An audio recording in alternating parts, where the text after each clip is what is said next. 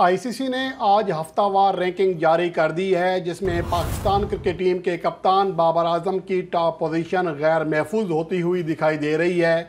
जबकि bowling chart पर बड़ा भौंचाल आया है। मोहम्मद सिराज, जो कि एशिया कप 2023 के फाइनल मैच में 6 विकेट हासिल करने में कामयाब रहे थे, वो आलमी नंबर 1 वनडे बॉलर बनने में कामयाब हो गए हैं। इसके अलावा हारिस रऊफ़ और नसीम शाह की तरक्की का सफ़र रुक गया है, जो कि आउट हुए थे, पाकिस्तान के लिए आखिरी मैच नहीं खेल सके थे श्रीलंका के खिलाफ।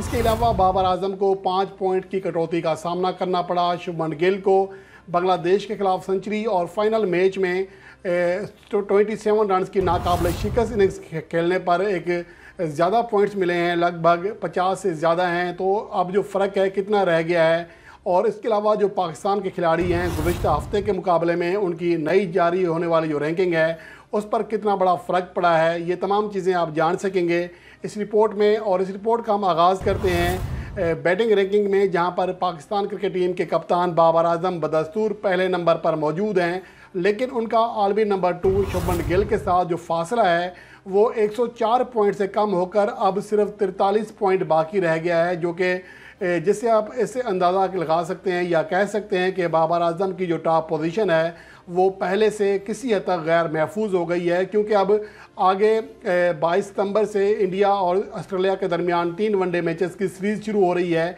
इसमें अगर शुभमन गिल बड़ी कारकर्दगी दिखाने में कामयाब हो गए तो वो बाबर आजम से आलमी नंबर 1 पोजीशन भी छीन सकते हैं। इसके लिए अब जो गुज़श्ता इनिंग्स खेली गई थी, बाबर आजम तो बड़ी इनिंग्स नहीं खेल सके थे, उन्हें 5 पॉइंट्स की कटौती का सामना करना पड़ा। जबकि बांग्लादेश के खिलाफ 121 और फाइनल मैच में 27 रन बनाने वाले शुभमन गिल को 55 पॉइंट मिले हैं, जो कि ज़्यादा हैं, बहुत ज़्यादा हैं इस लिहाज से कि जब बाबर आजम ने इनिंग्स खेली थी 151 रन की नेपाल के खिलाफ तो उन्हें सिर्फ 7-8 रेटिंग पॉइंट मिले थे। और ओवरऑल जब वो किसी बड़ी टीम के खिलाफ भी चले, नेपाल एक एसोसिएट टीम है, जब श्रीलंका के खिलाफ या किसी और टीम के खिलाफ भी सेंचुरी बनाते हैं उन्हें 20 से 25 पॉइंट मिलते हैं मैक्सिमम, लेकिन इसके मुकाबले में शुभमन गिल को बहुत ज़्यादा पॉइंट मिले हैं। तो ये एक बड़ा फ़र्क है आईसीसी रैंकिंग निज़ाम में। तो मौजूदा जो आज जारी हुई है आईसीसी वनडे रैंकिंग, इसमें बाबर आजम 857 रेटिंग पॉइंट के साथ पहले नंबर पर हैं, शुभमन गिल 814 रेटिंग पॉइंट के साथ दूसरे नंबर पर हैं। इसके अलावा रसीव एंडरसन जो हैं 743 रेटिंग पॉइंट के साथ तीसरे नंबर पर हैं। इमामुल हक की तरक्की हुई है, जिसकी वजह उनकी कारकर्दगी नहीं है क्योंकि वो श्रीलंका के खिलाफ आखिरी मैच नहीं खेले थे, लेकिन डेविड वार्नर जो कि ऑस्ट्रेलिया के खिलाफ सीरीज़ के आखिरी दोनों मैचों में नाकाम हुए, 10 और 12 रन बना सके थे, उनकी तनज़ली हुई है, जिसकी वजह से वो चौथी पोजीशन खाली हुई और इमामुल हक एक दर्जा ऊपर आने में कामयाब हो गए। तो हैरी टेकर जो हैं वो भी टॉप 5 में आने में कामयाब हुए हैं, आयरलैंड के खिलाड़ी हैं। जबकि डेविड वार्नर 2 दर्जे तनज़ली के बाद अब 6ठे नंबर पर चले गए हैं। इस तरह क्विंटन डी कॉक 7वें नंबर पर हैं। विराट कोहली को एक दर्जा तरक्की मिली है, अब वो 8वें नंबर पर आ गए हैं। और इसके अलावा हेनरिच क्लासन जो कि 174 रन की शानदार इनिंग्स खेलने में कामयाब रहे थे, लेकिन आखिरी 2 वनडे मैचेस में नाकामी की वजह से वो भी एक दर्जा तनज़ली के बाद 9वें नंबर पर चले गए हैं। और रोहित शर्मा बदस्तूर 10वें नंबर पर मौजूद हैं। ये टॉप 10 प्लेयर हैं आईसीसी वनडे बैटिंग रैंकिंग में। तो इसके अलावा पाकिस्तान के प्लेयर्स की बात करें तो यहाँ पर बाबर आजम को 5 पॉइंट की कटौती का सामना करना पड़ा। पाकिस्तान के और दुनिया के टॉप खिलाड़ी हैं, टॉप रैंक खिलाड़ी हैं। इसके अलावा इमामुल हक को एक दर्जा तरक्की ज़रूर मिली है डेविड वार्नर की तनज़ली की वजह से, लेकिन उनके 7 रेटिंग पॉइंट कटे हैं, जो कि आखिरी मैच नहीं खेल सके थे। मैच में अदम शमूलियत की वजह से अमूमन 6 से 7 पॉइंट कटते हैं और मैक्सिमम पॉइंट काटे गए हैं इमामुल हक के। इसके अलावा फ़खर जमान की बात करें तो वो टॉप 10 की फहरिस्त से खारिज हो गए हैं। अब वो एक दर्जा तनज़ली के बाद 11वें नंबर पर चले गए हैं, जो कि श्रीलंका के खिलाफ आखिरी मैच में भी नाकाम रहे।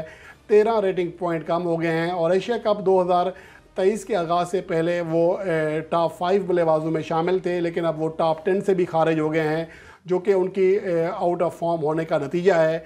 इसके अलावा मोहम्मद रिजवान जो कि आखिरी मैच में अच्छी इनिंग्स खेलने में कामयाब रहे, 8 दर्जे तरक्की पाते हुए उनके 23 रेटिंग पॉइंट भी जो हैं बढ़ गए हैं। अब वो टॉप 50 वनडे बैटर्स की फहरिस्त में शामिल हो गए हैं। इससे पहले 55 रेटिंग थी उनकी गुज़श्ता हफ्ते जो रैंकिंग जारी हुई थी, लेकिन अब वो 47वें दर्जे पर बराजमान हो गए हैं।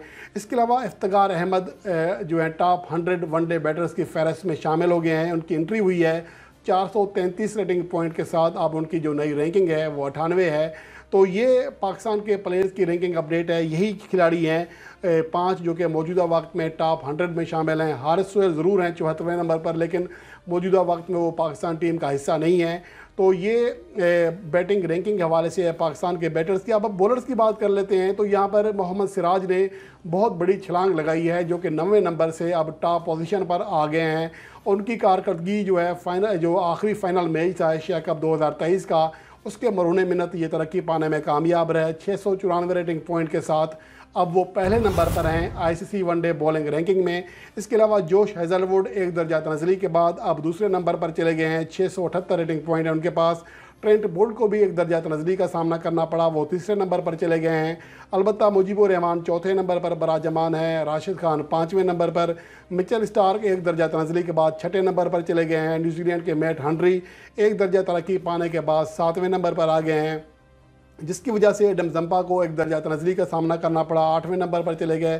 کلدیپ یادو کو بھی 3 درجہ تنزلی کا سامنا کرنا پڑا، 9ویں نمبر پر چلے گئے ہیں.